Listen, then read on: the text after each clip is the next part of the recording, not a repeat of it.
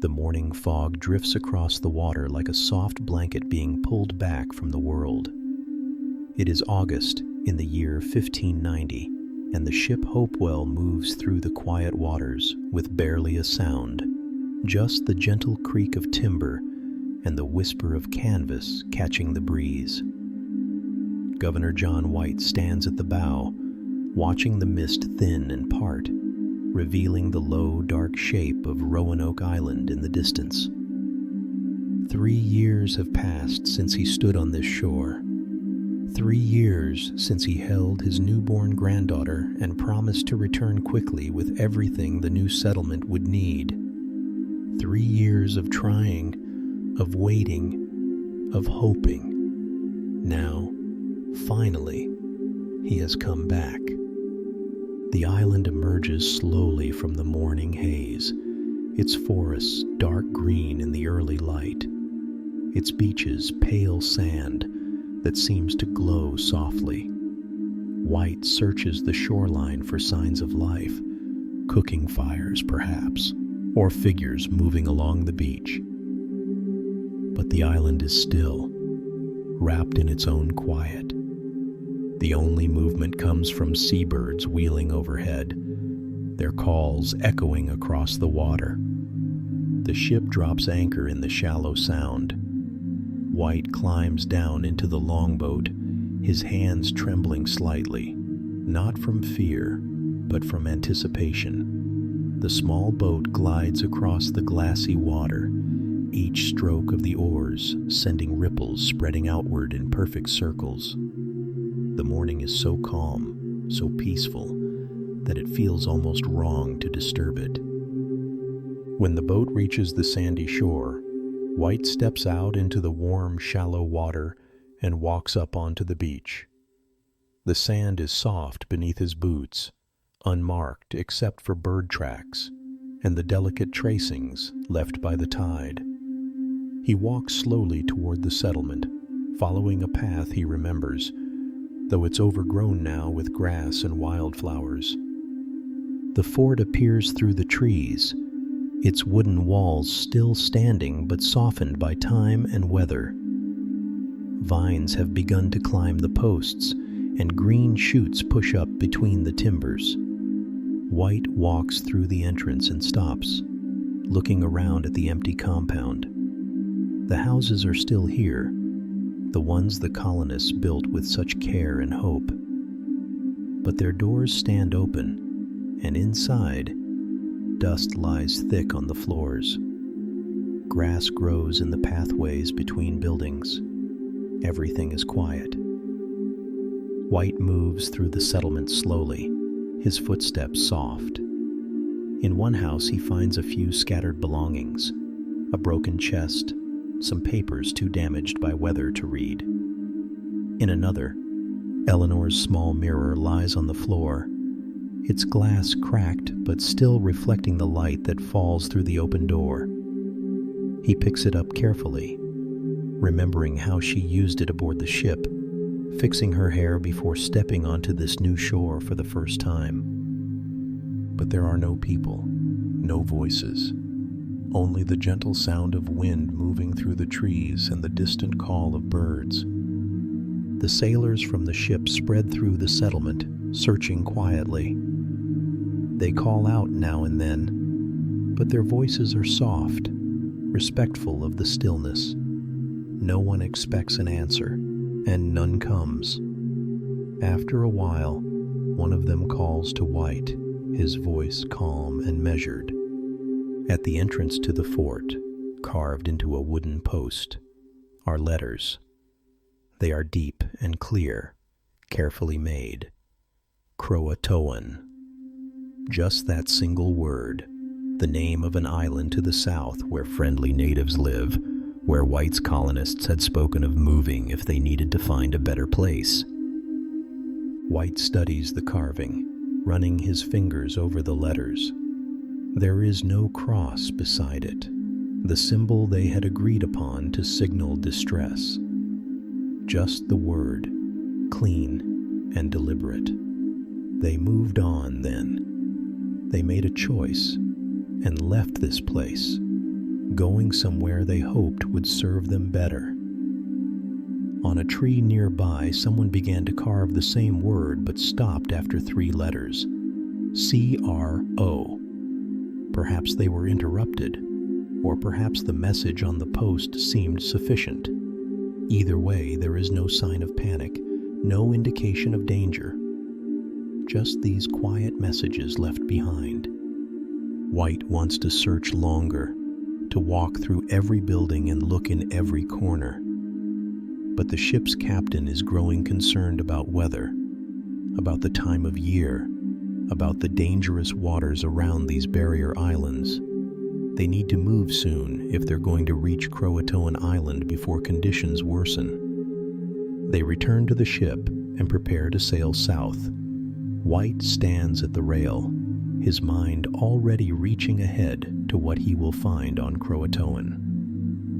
In a few hours, perhaps, he will see Eleanor again. She will be older, changed by 3 years of life in this new world, but herself still.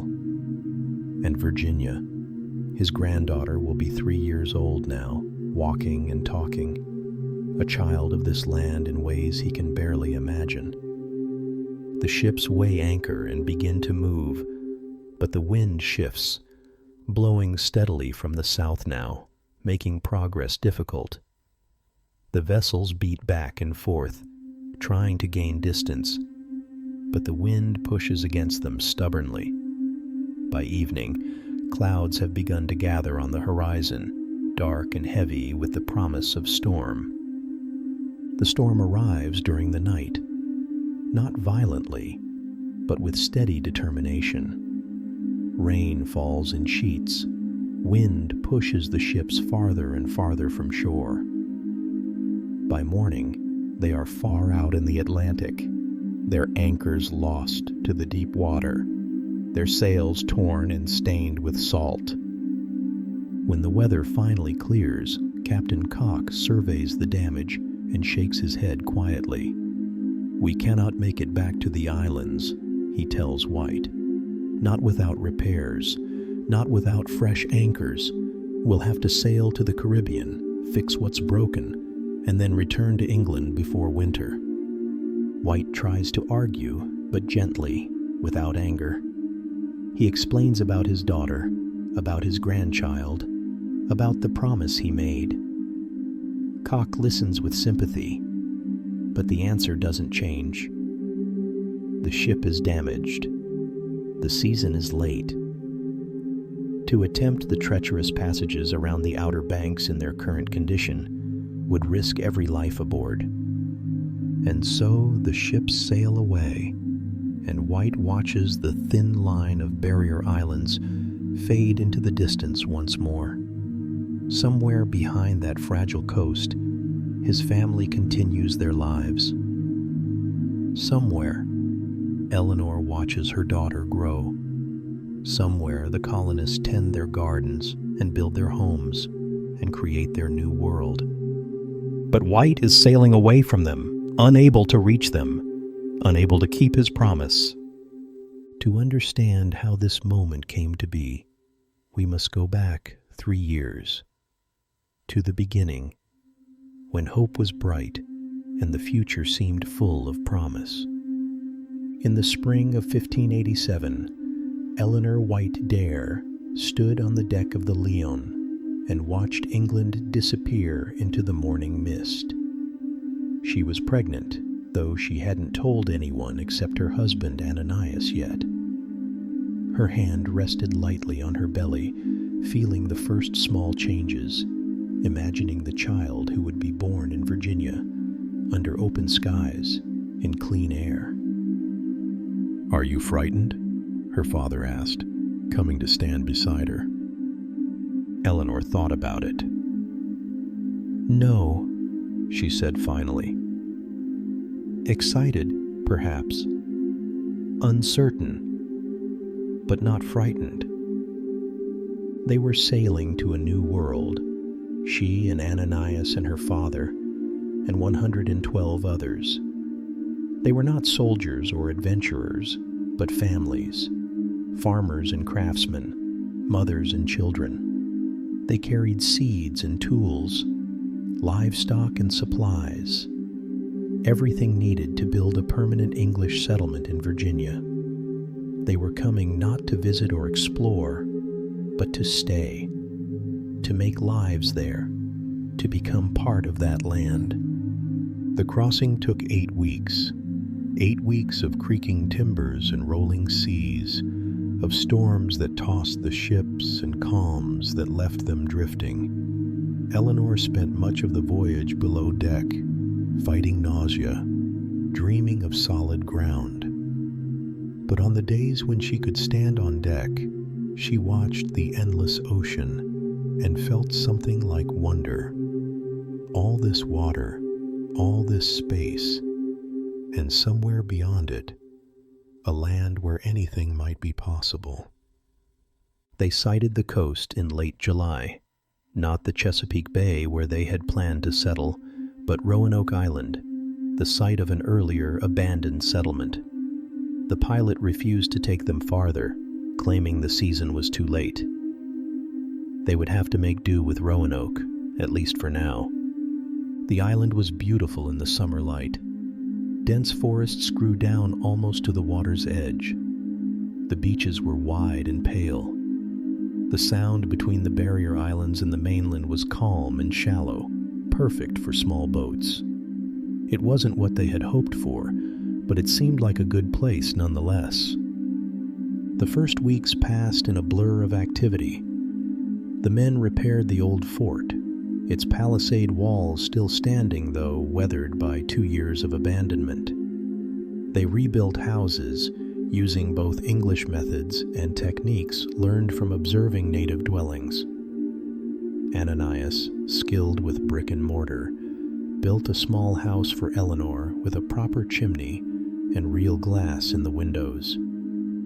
The women established gardens, planting English seeds alongside native corn and beans and squash.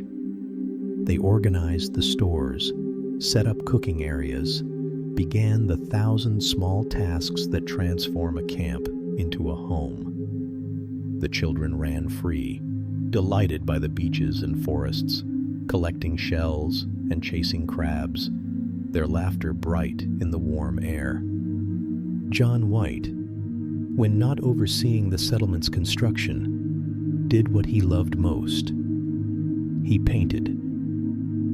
His watercolors captured the landscape with careful detail. The forests, the marshes, the native people in their intricate body paint and deerskin clothing. He painted fish and birds, plants and insects, creating a record of this new world.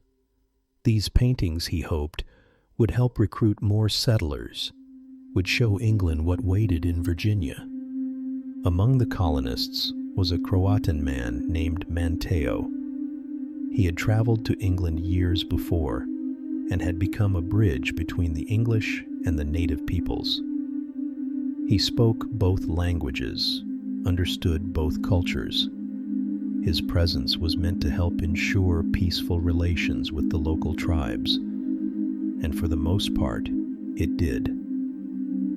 The Croatan people remained friendly, cautiously welcoming, but not all the native tribes felt the same way. The previous English expedition had been harsh, demanding, quick to violence. They had made enemies. Now White's colonists were trying to build a settlement surrounded by people who had reasons for distrust. 3 days after their arrival, one of the colonists, a man named George Howe, went out alone to check crab traps. When he didn't return by evening, search parties went looking. They found him in the morning, in shallow water, killed by arrows.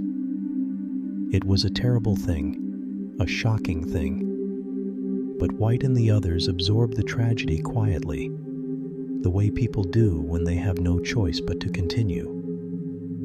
The death changed the mood of the settlement. People became more cautious, more watchful, but they didn't panic. They didn't flee. Instead, White reached out to the Croatan tribe, asking them to help mediate with the hostile groups. The Croatan agreed to try, to carry messages, to arrange meetings. But the other tribes never came to those meetings. The message was clear enough. The English were not wanted everywhere on these shores. They would need to be careful, to tread lightly, to find ways to coexist that didn't rely on force. Still, life continued. The gardens grew, the houses took shape, and on a warm August morning, in the small house Ananias had built, Eleanor gave birth to a daughter. The labor was long but not unusually difficult. Eleanor was young and strong, and the midwives, Margaret Lawrence and Alice Chapman, were skilled and calm.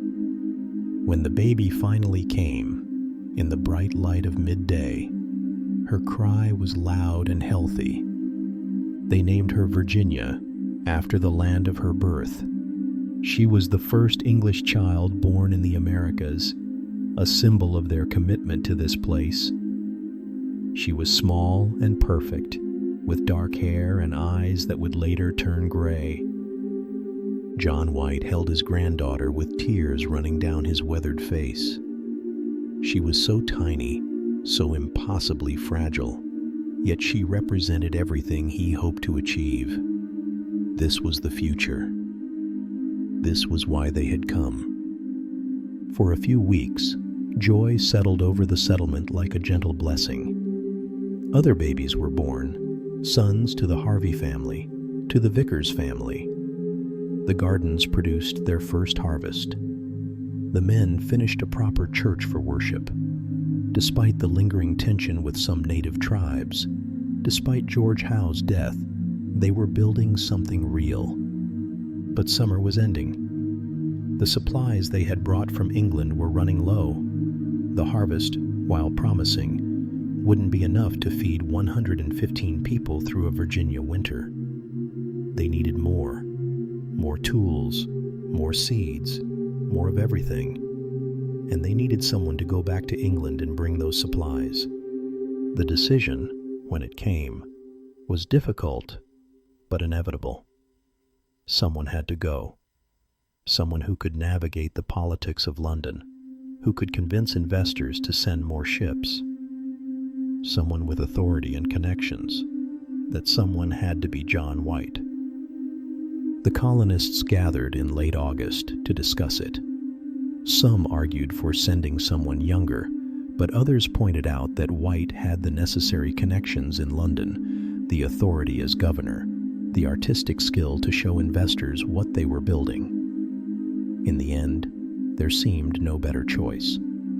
Eleanor was quiet through much of the discussion, nursing baby Virginia. Finally, she spoke. "He should go," she said softly. "He knows the people in London. He knows how to persuade them. And he will move heaven and earth to return quickly, because his family is here." White stared at his daughter, seeing both her strength and her trust. She was asking him to leave her and his newborn granddaughter in this precarious place, believing that his love for them would bring him back swiftly. "I will return before winter," White promised. 3 months, perhaps 4. I will bring everything we need. He believed it absolutely. So did they all. 4 months seemed reasonable, achievable. Plans were made. The colonists would not stay on Roanoke indefinitely. The island was too small, too exposed.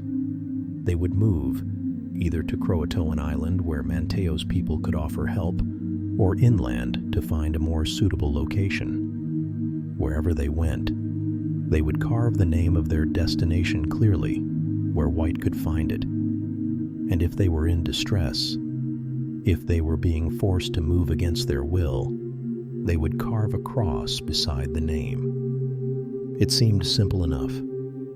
On August 27th, just 9 days after Virginia's birth, John White boarded a small boat that would take him to the larger ship waiting offshore. The entire settlement gathered on the beach to see him off. Eleanor stood at the front, Virginia bundled in her arms. "I will return," White called to her across the water. "Take care of each other." The boat pulled away.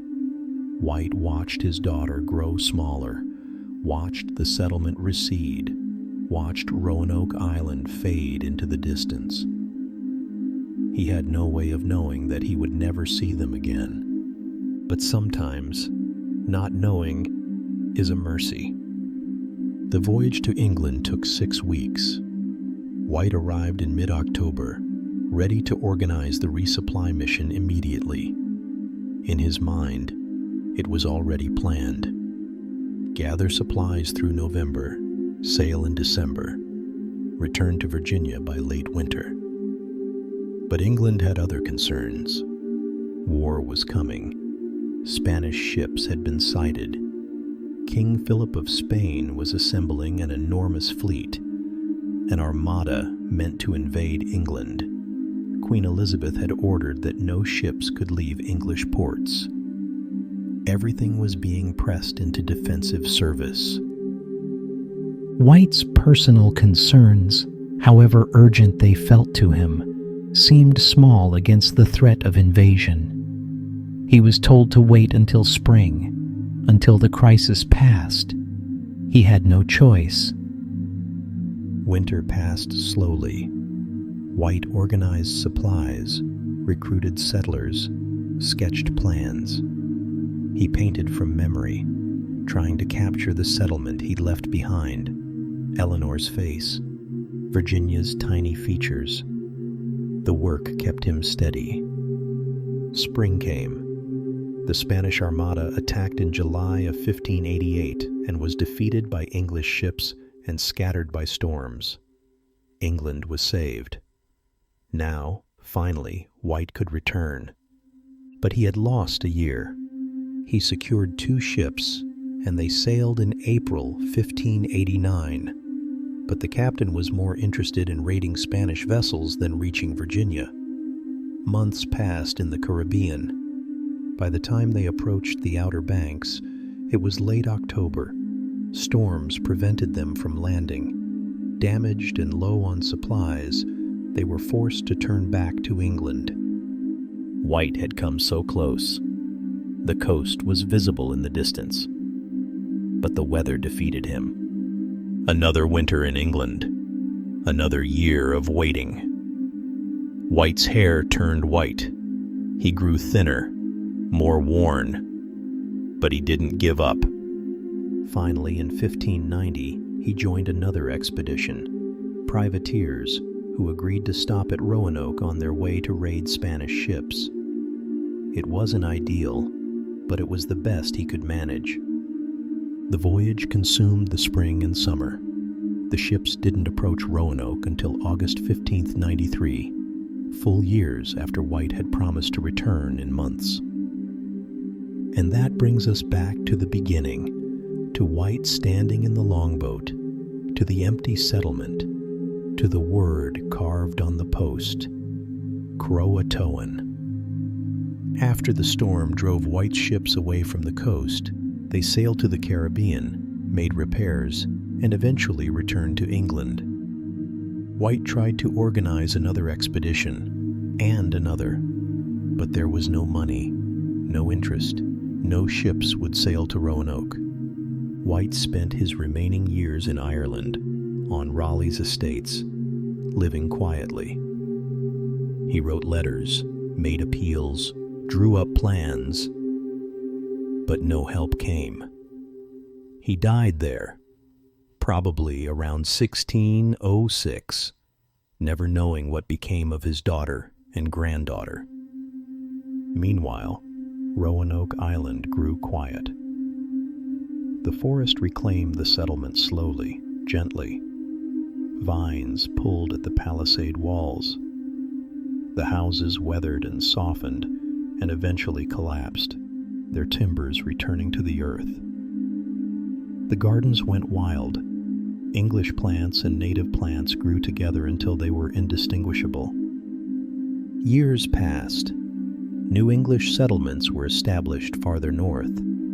Jamestown, In 1607, explorers heard rumors from native tribes about white people living inland, about Europeans who had integrated with indigenous communities. But these reports were vague, impossible to verify.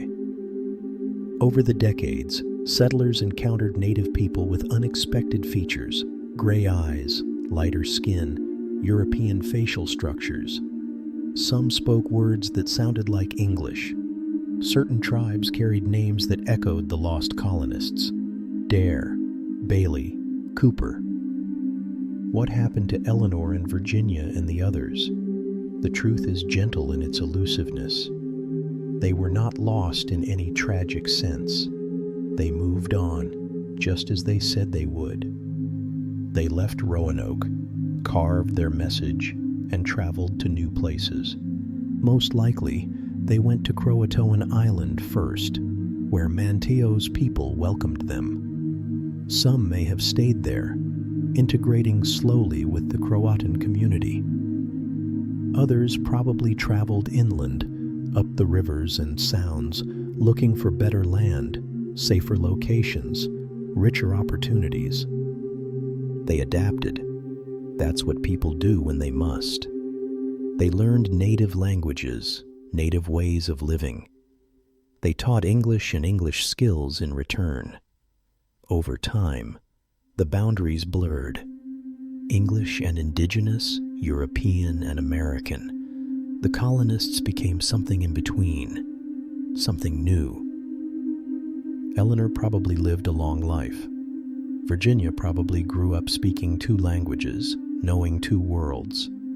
She probably married, had children, grew old surrounded by family.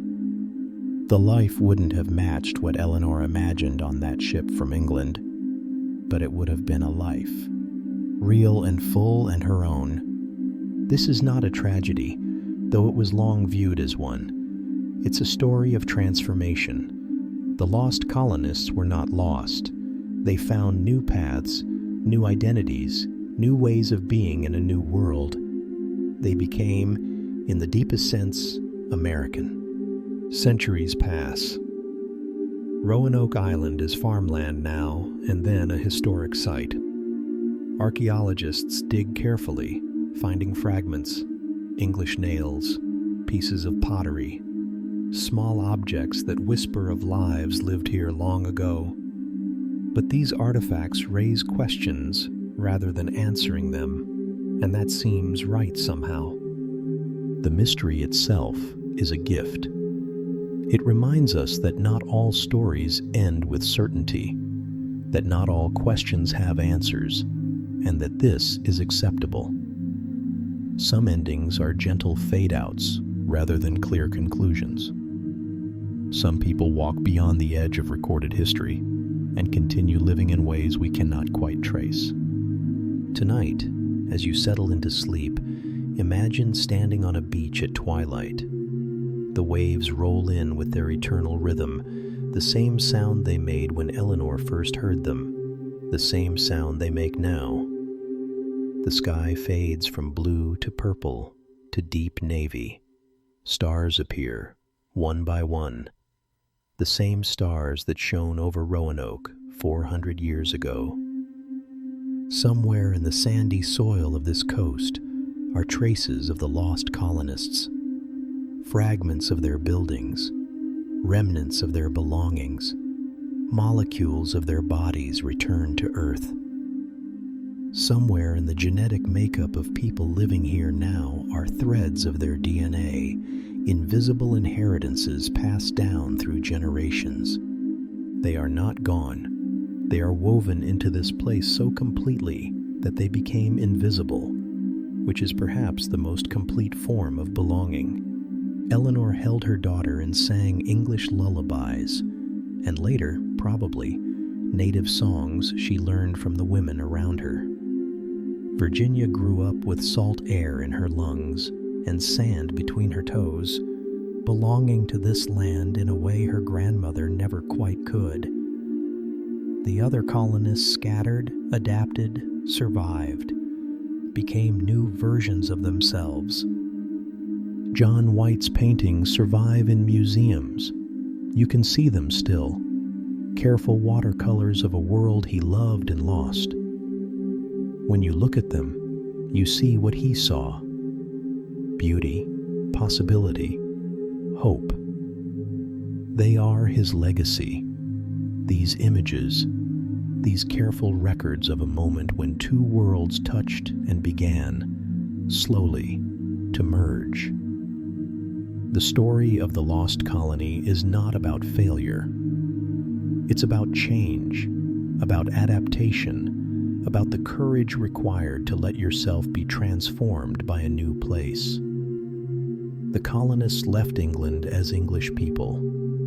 They didn't stay English. They became something else, something neither fully European nor fully indigenous, but genuinely American in a way that hadn't existed before. Every immigrant story is, in essence, a story of being lost and found. You leave one place, and it takes time to arrive in another. In between, you drift, uncertain of where you belong or who you are. The lost colonists simply made this transformation more literal, more complete than most. Let their mystery be a comfort tonight.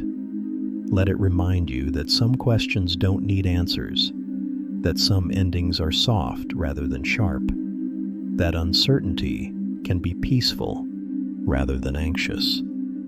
Eleanor and Virginia walked under these same stars. They felt this same moonlight on their faces. They heard this same rhythm of waves that lulls you to sleep now. They were brave in quiet ways, adapting day by day, making choices, creating lives in circumstances they never anticipated. The shore is eternal. The waves continue their ancient pattern. The stars wheel overhead in their slow dance. And somewhere in the fabric of this land, in its soil and air and water, in the faces of its people and the stories they tell, the lost colonists remain, not lost, just transformed, just woven so completely into the world that they became invisible, which is another way of saying they became part of everything. Rest now. Let the mystery be gentle. Let the uncertainty be peaceful. Let the sound of waves in your imagination carry you into sleep. The colonists found their way, even if we cannot trace it.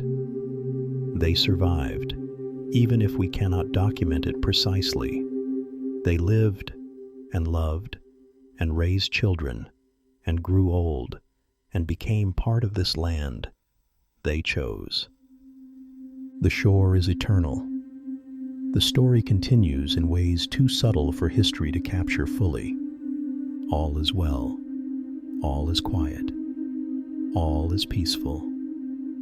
Sleep now, and dream of waves and stars, of people who hoped and dared, of transformations too gentle and complete for words to hold. The lost are never truly lost. They are only waiting to be found in unexpected places, in quiet corners, in the space between certainty and mystery, where peace lives. Rest well. The waves continue, the stars shine, and all is well.